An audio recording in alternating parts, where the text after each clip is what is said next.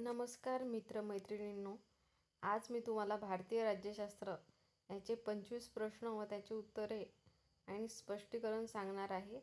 याचा उपयोग येणाऱ्या महाराष्ट्र TET टेट शिक्षक भरती 2026 किंवा इतर जे एक्झाम्स असतात त्यासाठी उपयुक्त असे प्रश्न हे आहेत. त्यामुळे आज पहिल्यांदा आपण बघूया पहिला प्रश्न.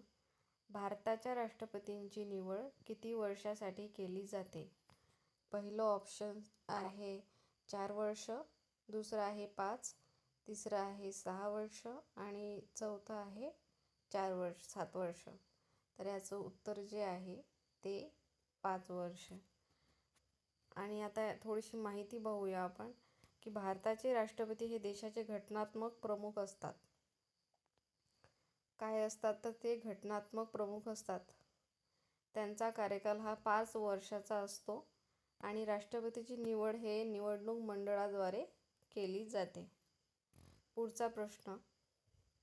राज्यसभेचे पदसिद्ध सभापती हे कोण असतात? तर राष्ट्रपतीचे पदसिद्ध सभापती हे उपराष्ट्रपती असतात.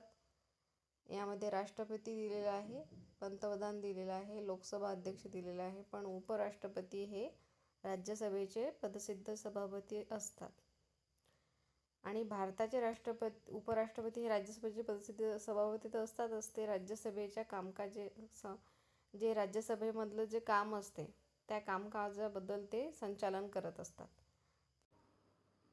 तिसरा प्रश्न आहे, भारतीय संविधानातील मूलभूत कर्तव्ये कोणत्या भागात आहेत? ए. भाग 3, बी. भाग 4A, सी. भाग 5 आणि डी. भाग 6. बरोबर उत्तर आहे भाग 4A. आणि याबद्दल जर माहिती सांगायची झाली तर 42व्या घटनादुरुस्तीने 1976 मूलभूत कर्तव्ये संविधानात समाविष्ट करण्यात आली. कधी? तर 1976 42वी घटनादुरुस्तीने. पुढचा प्रश्न आहे, लोकसभेचा कार्यकाल सामान्यतः किती असतो? 4 वर्षे, 5 वर्षे, 6 वर्षे की 7 वर्ष? तर लोकसभेचा जो कार्यकाल असतो तो 5 वर्षाचा असतो. लोकसभा ही संसदेचे कनिष्ठ सभागृह आहे आणि तिचा कार्यकाल सामान्यतः 5 वर्षाचा असतो. प्रश्न 5वा. भारताचे पहिले उपराष्ट्रपती कोण होते? A. Doctor Rajendra Prasad, B. Doctor S. Radhakrishnan, C. Zakir Hussain आणि डी. व्ही. गिरी. तर याचं उत्तर जे दिलेलं आहे ते डॉक्टर राधाकृष्णन. डॉक्टर राधाकृष्णन जे होते हे प्रसिद्ध तत्त्वज्ञ आणि शिक्षक होते. त्यांच्या जन्मदिनी शिक्षक दिन साजरा केला जातो. पुढचा प्रश्न आहे, संविधान दुरुस्तीची प्रक्रिया कोणत्या कलमात दिली आहे? ए. कलम 352, बी. कलम 356, सी. कलम 368 आणि डी. 370. सांगा, संविधान दुरुस्तीची प्रक्रिया कशात आहे? काय वाटते तुम्हाला? तर याचं उत्तर आहे सी. 368. या कलम क्रमांक 368 यामध्ये संविधान दुरुस्ती सांगितलेलं आहे. संविधान बदल करण्याची प्रक्रिया कलम ही 368 नमूद करण्यात आली आहे. प्रश्न 7वा. भारतीय सर्वोच्च न्यायालय कोठे आहे? ए. मुंबई, बी. कोलकाता, सी. चेन्नई आणि डी. नवी दिल्ली. याचं उत्तर दिलेलं आहे नवी दिल्ली. सर्वोच्च न्यायालय हे भारतातील सर्वोच्च न्यायिक संस्था आहे आणि सर्व जे निर्णय असतात, उच्च न्यायालयाचे असो किंवा जे महत्त्वाचे संविधानामध्ये जर लागू करायचं असलं तर सर्वोच्च न्यायालयाच्या नियमाने आपल्याला चालावं लागतं. प्रश्न 8वा आहे, राज्यपालाची नियुक्ती कोण करतो? राज्यपालाची नियुक्ती हे मुख्यमंत्री करतात की पंतप्रधान करतात, तर राष्ट्रपती करतात की विधानसभा चे सदस्य करतात, कोण करतात? तर राष्ट्रपती हे राज्यपालाची नियुक्ती करत असतात. माहिती जी दिलेली आहे ती राज्यपाल हा राज्याचा घटनात्मक प्रमुख असतो. जसा राष्ट्रपती हा पहिला नागरिक म्हटले जाते राष्ट्रपतीला, आणि मुख्यमंत्री हा राज्याचा प्रमुख घटक असतो, तसंच राज्यपाल हा राज्याचा घटक प्रमुख असतो. त्याची नियुक्ती राष्ट्रपती करतात.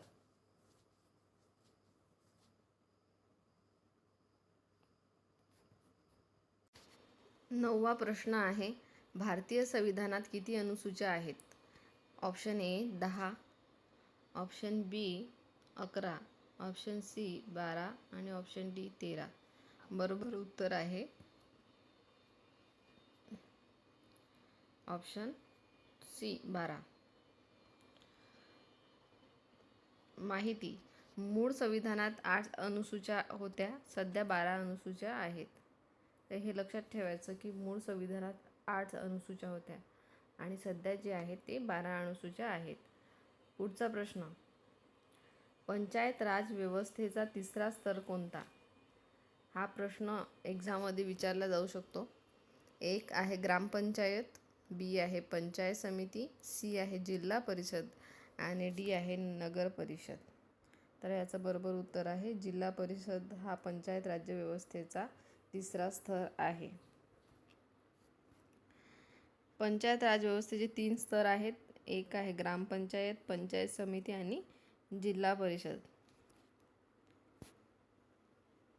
प्रश्न 11वा, लोकसभा अध्यक्षाचा राजीनामा कोणाकडे दिला जातो? ए आहे राष्ट्रपती, बी आहे पंतप्रधान, सी आहे उपाध्यक्ष आणि डी आहे उपराष्ट्रपती. तर लोकसभेचा अध्यक्षाचा राजीनामा हा उपाध्यक्षाकडे दिला जातो.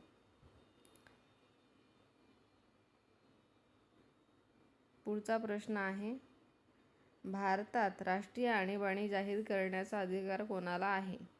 हा प्रश्न खूप सोपा आहे, खूप जणांना माहीत असणार. पंतप्रधान, राष्ट्रपती, संसद, सर्वोच्च न्यायालय. भारतात राष्ट्रीय आणीबाणी जाहीर करण्याचा अधिकार हा कुणाला असतो? राष्ट्रपतीला असतो. राष्ट्रीय सुरक्षा धोक्यात आल्यास राष्ट्रपती आणीबाणी जाहीर करू शकतात. पुढचा प्रश्न आहे 13वा, भारतीय संविधानातील कलम 21 कशाशी संबंधित आहे? समानतेचा अधिकार, स्वातंत्र्याचा अधिकार, जीवन व वैयक्तिक स्वातंत्र्य, शिक्षणाचा अधिकार. तर याचा आन्सर आहे जीवन व वैयक्तिक स्वातंत्र्य. ठीक आहे, हा कलम 21शी रिलेटेड आहे आणि कलम 21 हे नागरिकांच्या जीवन आणि वैयक्तिक स्वातंत्र्याचे संरक्षण करते. त्यामुळे हा लक्षात ठेवायचा, हा एक्झाममध्ये विचारले जाऊ शकतात प्रश्न हे.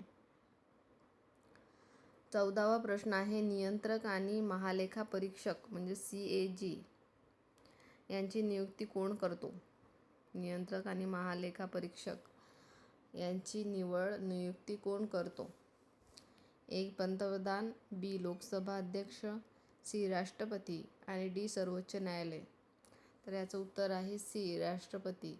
राष्ट्रपती हे नियंत्रक आणि महालेखा परीक्षक यांची नियुक्ती करत असतात. CAG सरकारी खर्चाचे लेखापरीक्षण करत असतो. क्वेश्चन 15वा, भारतीय संविधान कोणत्या दिवशी स्वीकारले गेले? ए ऑप्शन 15 ऑगस्ट 1947, बी 26 जानेवारी 1950, सी 26 नोव्हेंबर 1949 आणि डी 2 ऑक्टोबर 1949. तर आपल्याला माहीत आहे 26 नोव्हेंबर 1949 रोजी आपलं संविधान हे अंगीकृत आणि स्वीकार करण्यात येते. संविधान 26 नोव्हेंबर 1949 रोजी स्वीकारले गेले आणि 26 जानेवारी 1950 रोजी लागू झाले. हे लक्षात ठेवायचं.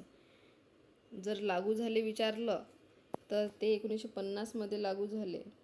आणि स्वीकारले विचारलं तर कधी म्हणायचं? 1949 रोजी. 16वा प्रश्न आहे, लोकसभेचे पहिले अध्यक्ष कोण होते? ऑप्शन आहे जी.व्ही. माळवणकर, बी. हुकुमसिंग, सी. नीलम संजीव रेड्डी आणि डी. बलराम. तर याचं बरोबर उत्तर आहे जी.व्ही. मावळणकर हे लोकसभेचे पहिले अध्यक्ष होते. त्यांना लोकसभेचे जनक असे म्हटले जाते. कुणाला? तर जी.व्ही. मावळणकर यांना. पुढचा प्रश्न आहे 17वा, संविधानाचा संरक्षण कोण आहे? संरक्षक कुणाला म्हटले जाते संविधानाचा? एक राष्ट्रपती, बी. संसद, सी. सर्वोच्च न्यायालय आणि पंतप्रधान. तर याचं बरोबर उत्तर आहे सी. सर्वोच्च न्यायालय. सर्वोच्च न्यायालयच ठरवत असतो की संविधानानुसार सगळं राज्यकारभार चालत आहे की नाही किंवा देशाचा कारभार चालत आहे की नाही, आणि संविधानानुसारच चालायला पाहिजे याचं जे काम करत असतात ते सर्वोच्च न्यायालयच करतात. त्याच्या निर्णयासमोर बाकी काहीही चालत नाही सर्वोच्च न्यायालयाच्या निर्णयासमोर. पुढचा प्रश्न आहे, आणि इथे दिलेली आहे की न्यायालय घटनाबाह्य कायदे रद्द करू शकते. जर एखाद्या घटनेमध्ये जर एखादी तरतूद बसत नसेल तर ते कायदे ते रद्द करू शकते. एवढं ताकद आहे उच्च न्यायालयामध्ये, सर्वोच्च न्यायालयामध्ये. 18वा प्रश्न आहे, संविधानाचा भाग 3 कशाशी संबंधित आहे? जो संविधानाचा भाग 3 आहे तो कशाशी संबंधित आहे? मूलभूत अधिकार, मूलभूत कर्तव्य, मार्गदर्शक तत्त्वे आणि नागरिकत्व. तर मूलभूत अधिकार जे नागरिकांचे असतात त्यात संविधानाचा संबंध आहे भाग 3. ठीक आहे. नागरिकाच्या स्वातंत्र्याचे संरक्षण करणे हे त्यामध्ये दिलेलं आहे संविधानाच्या भाग 3 मध्ये. पुढचा प्रश्न,